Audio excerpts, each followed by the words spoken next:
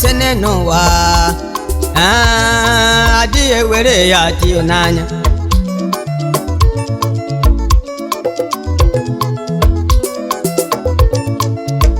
agwara ngagbo n'elu wa aya kama obu ya kara mi gbagagba Ezuka atolu omalo mana atoro fege ofenyi si n'ime ọhịa maka na ọwa ebe ahụ bụ umere nne ya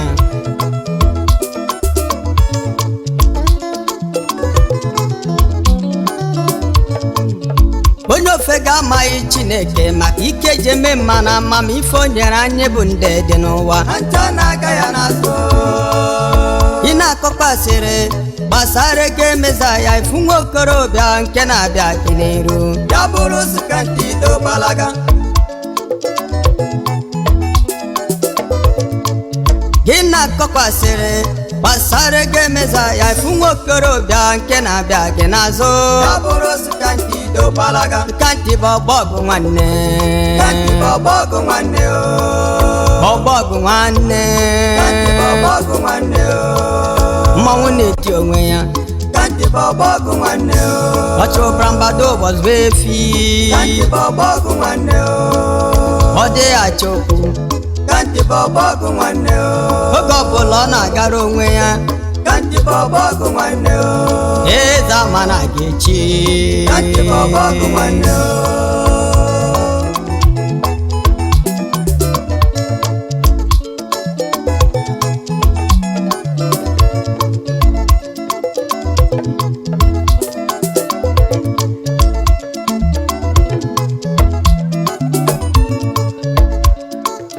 Chief Anthony Ume, Scanty Worldwide, International Businessman. Yes, I am. You did too much. Obogo nwanne. Iyi na-eri mmadụ, iyi na-eri agụ, iyi na-eri kwambụrụ akọrọ akọ n'ubi. Mana ihe enweghị ike were ọba Maazị Hasenti Kano ihe eri na gị ma ihe eri na mụ Maazị Hasenti Kano oke nwa 1 Narọchukwu ejikwana maka oriakụ gị Mrs. Vivian Ugochi Kano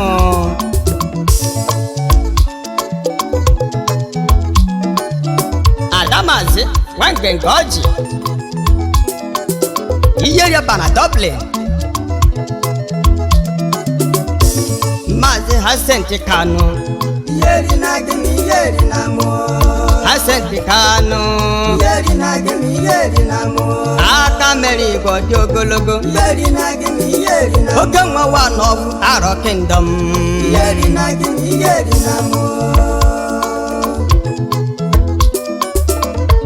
Maazị Tino Ifendo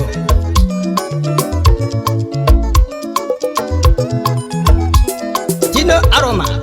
ebe anyị na-aga eri oriri na Blanchester Ugosinachi one of Abriba ị ga-adịde Maazị Uche Osakwe Dimba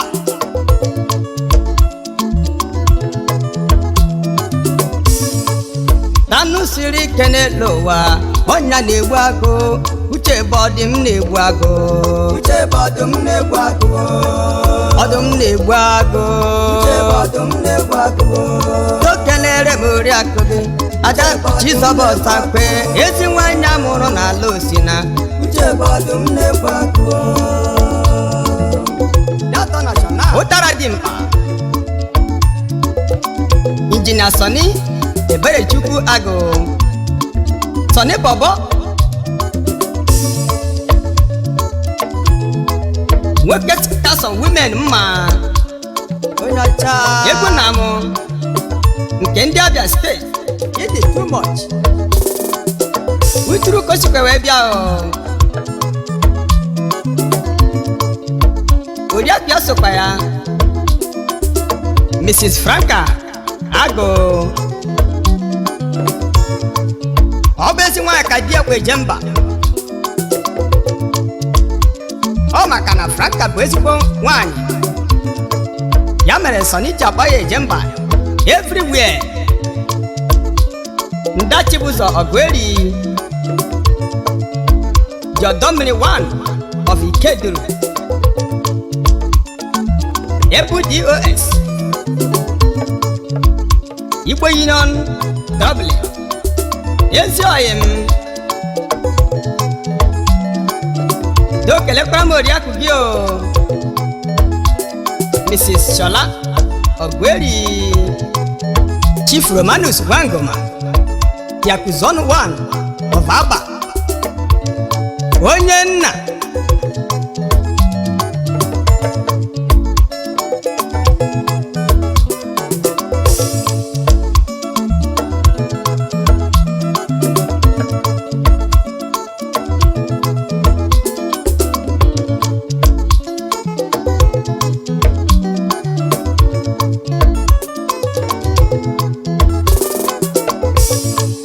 ndị na-eti egwu n'Island anyị ebuka ma Reggae Messiah ana m egwu egwu n'isi Maazị Peter mmadụ nne m ọkpa kosime nwoke mara ife a na-akọ Maazị Peter mmadụ Omekania 1 of Ngodo ya na Oriakụ ya sokwa Evangelist Chinenye mmadụ onye oziọma founder knowing God for yourself my honorable MC unu ga-adị ụmụ Chineke unu ga Kennedy Nnanna osote onye ndu Igbo Union Dublin oke nwa 1 na Awomemma Mrs. Ifeoma Nnanna biko kenere m Oriakụ gị esi nwaanyị ma obi dị ya ada mara m ije ma ọnụ ezi nwaanyị na-agba na-akwụ di ya ada buru ibu n'ọkwụ ọjị ewee lụkwa ya na be nze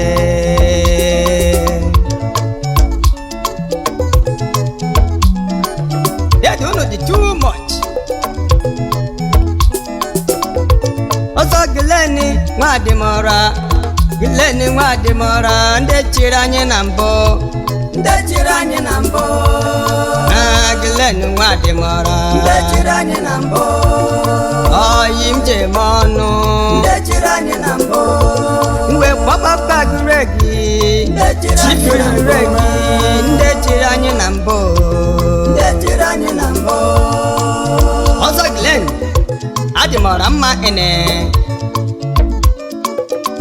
agbanarị onye mara ụzọ 1 n'Obinagudi Enugu State the former Igbo Union chairman onye ndu ndị Igbo Union Dublin Chief Ogbuefi Greg Ume Ugogbuzuwe nwekwe krap n'elu ọjị Ogbuolog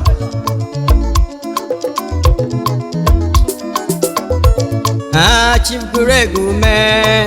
esi nwoke si obodo Ụmụọmakụ Orumba South local gọọmenti nke dị na Anambra Ifumigadio Managing Director MH Venture and former onye ndu Igbo Union Dublin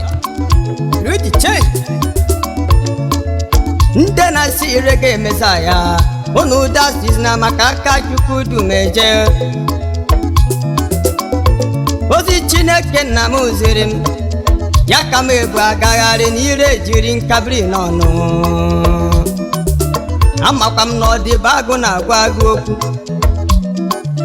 eke nọ n'uju adịghị ama ya aka ọkụ dara ebube nwatakịrị amaghị ihe siri agụgọ gafutu ya ọnụ Ibube ji ya anya ka ịmalụ mgbadanwe ime ọfịa Mgbada ime ọfịa ife ọbụla o nwere ndị enweghị enwe ichekiriche nwelu nkwu mgbadanwe ime ọfịa ụmụ Igbo Mgbada ime ọfịa ife ọbụla o nwere ndị enweghị enwe ichekiriche nwelu nkwu akosime ife ichekiriche nwebụ elu nkwụ mgbadanwe ime ọfịa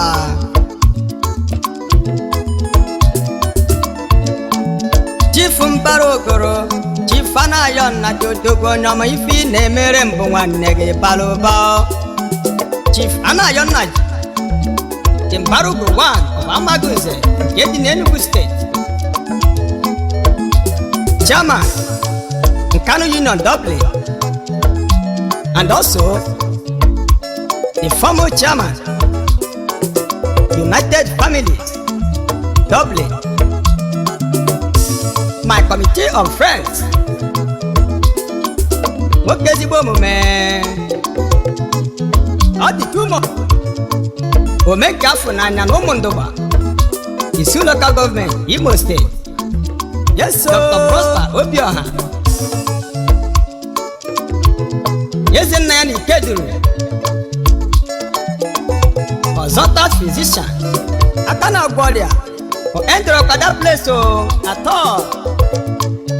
philanthropist sokwa ya yes o kelekwara m oriakụ bio Mrs. Idoma Blessing Obioha onye ndu ụmụ nwaanyị ọlaedo Igbo Union Women Week Dublin unu dị ụsọ there is education there is wisdom nwanne ha nke bụ sense wetere Maazị James Bilo Maazị Lewis Bilo nne m ọkwa kosime onye egwu ka m na-akpọ James Bilo ụfọdụ nwere ihe niile agụtara n'akwụkwọ ma mgbe ha na-abịa ụwa o nweghị talenti ha jiri bịa o talenti ha ejiri ha Maazị Lewis Bilo the former Nigerian international onye egwu Ojukwu Emenka onye egwu nwoke jiri ụkwụ ya wee lifte Nigerian football to a higher level James Bilo onye egwu etiti Lewis Bilo Ojukwu Emenka talent like radio talent like radio Lewis Bilo talent like radio Lewis gburu egwu goolu aga ụmụ Igbo Ibilo gburu egwu goolu aga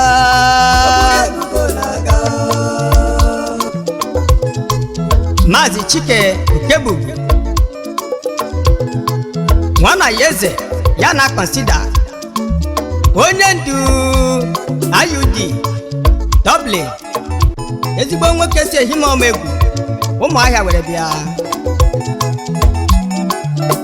wee buru ọba ekene wee buru gaba abatete wee zute dede m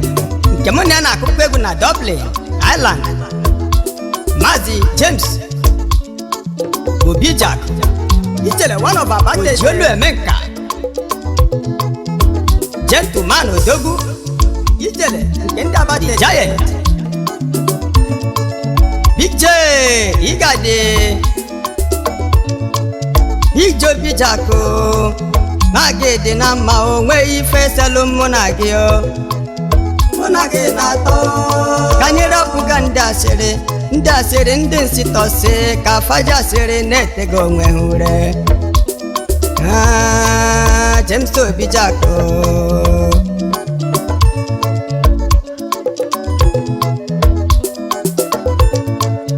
onye ọbụla chọrọ m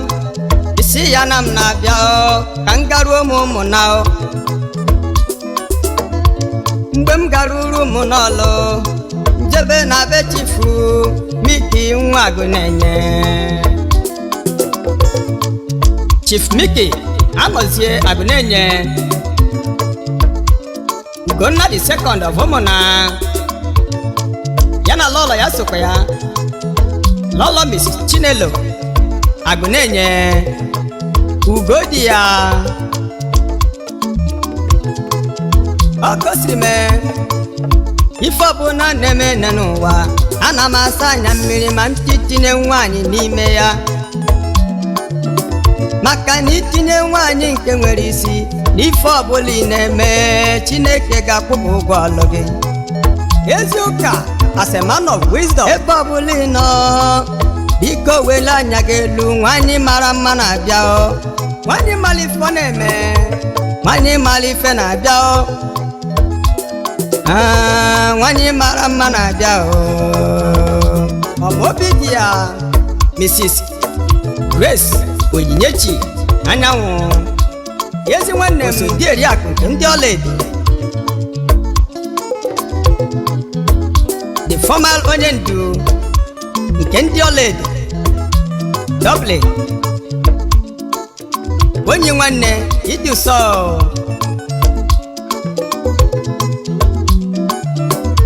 Mrs. Chinyere Iwuala omenka nwaanyị asa bi n'ụlọ nwa m jem ọnụ odozi akụreke mesaya nwa ọma na-eme udo na mbe di ya mmasị n'obi ife me na gị ma ife me na mụ yeso wee na-ekere kpasị ewe m buru my humble abụ ekene the humble one and loving one wee na-ebugara odozi akụ m ezi nwanyị Mrs. Chinyere Iwuala odozi akụ Reggae Messiah ugegbe Reggae nke ndị ọlaedo ị ga-adị anyị ga-adị ọkụ si eme ọkụ asị eme ya egwu udo ka anyị ji aga ndụ mmiri ndụ azụ mmiri atala ma azụ anwụna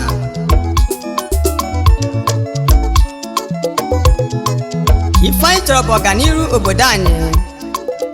nke onye na-eme ya gazielu ya chọchọ ndị nke m akpọrọ afa tata unu udo eweli iwe na ndị oyi m bara ụba ife ụwa bụ tọbatọnụ